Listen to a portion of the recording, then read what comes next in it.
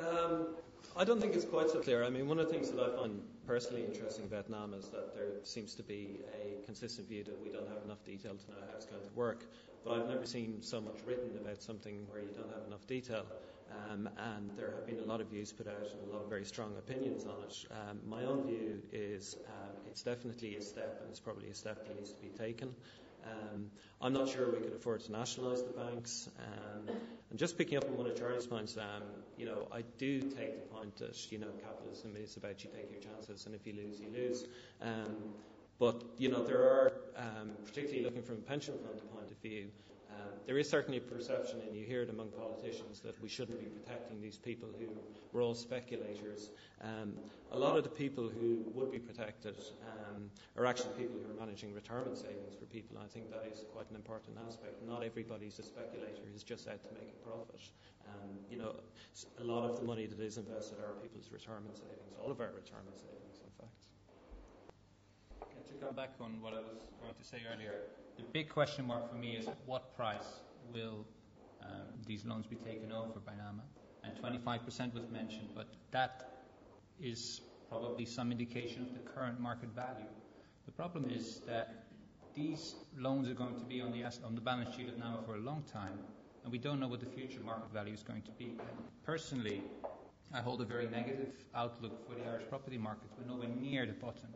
So I foresee a situation where we buy something, but maybe by whatever is trading in a very illiquid market right now, may determine the value in a very large pool of assets. But in the future, when we're trying to sell those assets, it turned out that they're nowhere near that value. So again, transfer to the taxpayer, because we'll be paying too much for it. That would be my key concern. Rasta, what do you think?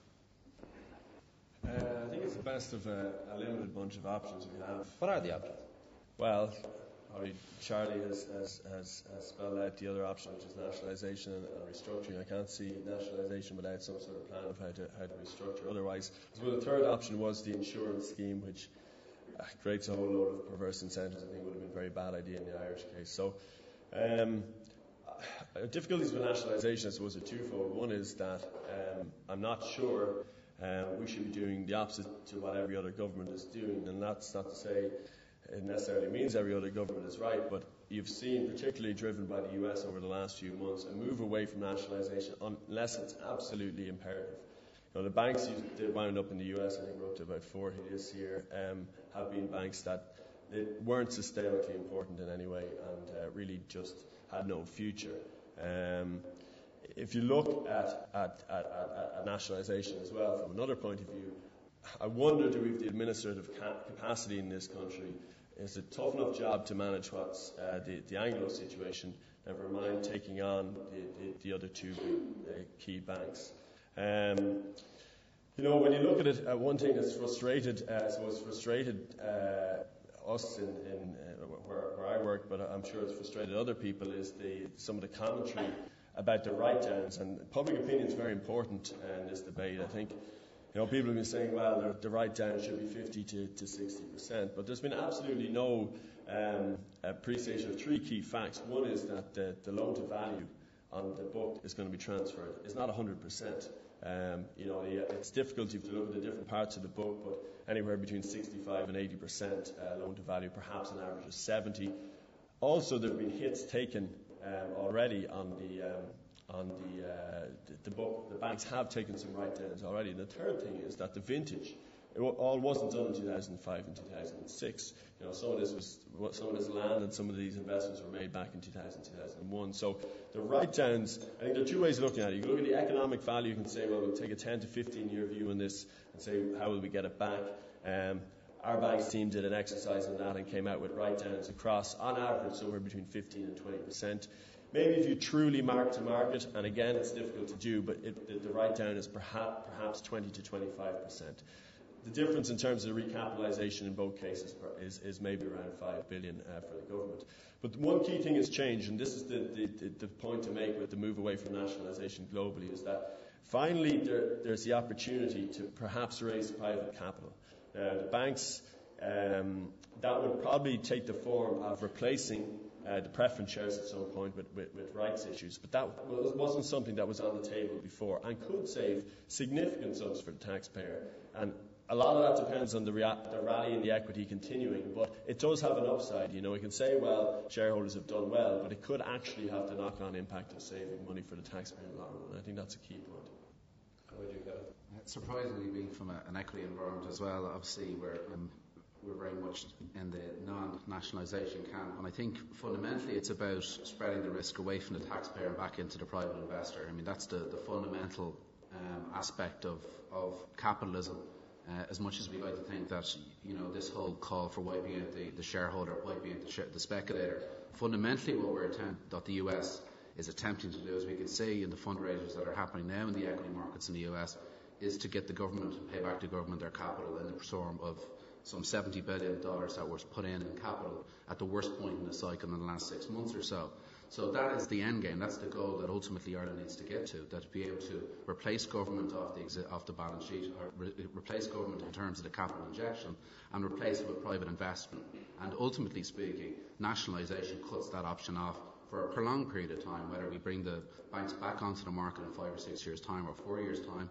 I don't believe that temporary nationalisation is actually going to happen or can happen in any realistic viewpoint. As soon as you wipe out a set of shareholders and bondholders, they don't come back knocking to the door. Ireland becomes pretty much the last place that people will commit capital, because exactly that action sends out a message that this isn't an investor-friendly zone. So from that perspective, what solution we are going to use, whether it be NAM or whether it be the asset insurance scheme that's been used in the UK, we may end up theoretically with a cleaner banking system post-NAMA, and that's probably critically important if we want to be able to put ourselves in a position whereby we can pay back, or the banks can pay back capital to the government in a fairly explicit basis. But, you know, we're dealing with an extremely contentious viewpoint. The last thing we want to be seeing is the last banking system in the world to come back to equity market investors for rights issues. We want to be certainly repair our banking system as quickly as possible. And if NAMA is the solution at this stage, and NAMA is the solution, I think the biggest threat to NAMA is a political instability more than anything else at this stage. Ronan, can I just come in there, because there seems to be this whole, and it's in the Irish press, it's in the American, it's particularly in American circles, this whole idea that somehow temporary nationalisation is a move to some sort of social system, which it is absolutely not. And the message here being sent out that we're not investor friendly. Well, what is the message now that we're sending out, that you won't convert debt holders into equity holders? Well, you're basically saying to international investors, you can invest here and you don't have to do any work, because if anything goes wrong, we'll bail you out. That's exactly what you're saying. And also, we're also saying in terms of the system we have for the current situation that we're in, where it's a sort of limbo, is for senior management, is at banks, is basically is you can take as much risk as you want right now. If it goes right, you win. If it goes wrong, your worst case in total, your worst case is a golden parachute. And if you're lucky, you might get something like Sir Fred Goodwin. But I mean, the whole, that's not capitalism. It sounds like some sort of communist system. Is there not a fundamental problem with the structure of the banking industry in Ireland that makes it impossible for the regulator to do a job? How can you systemically protect a banking system that only has a very small number of banks, each of which is incapable of being allowed to collapse?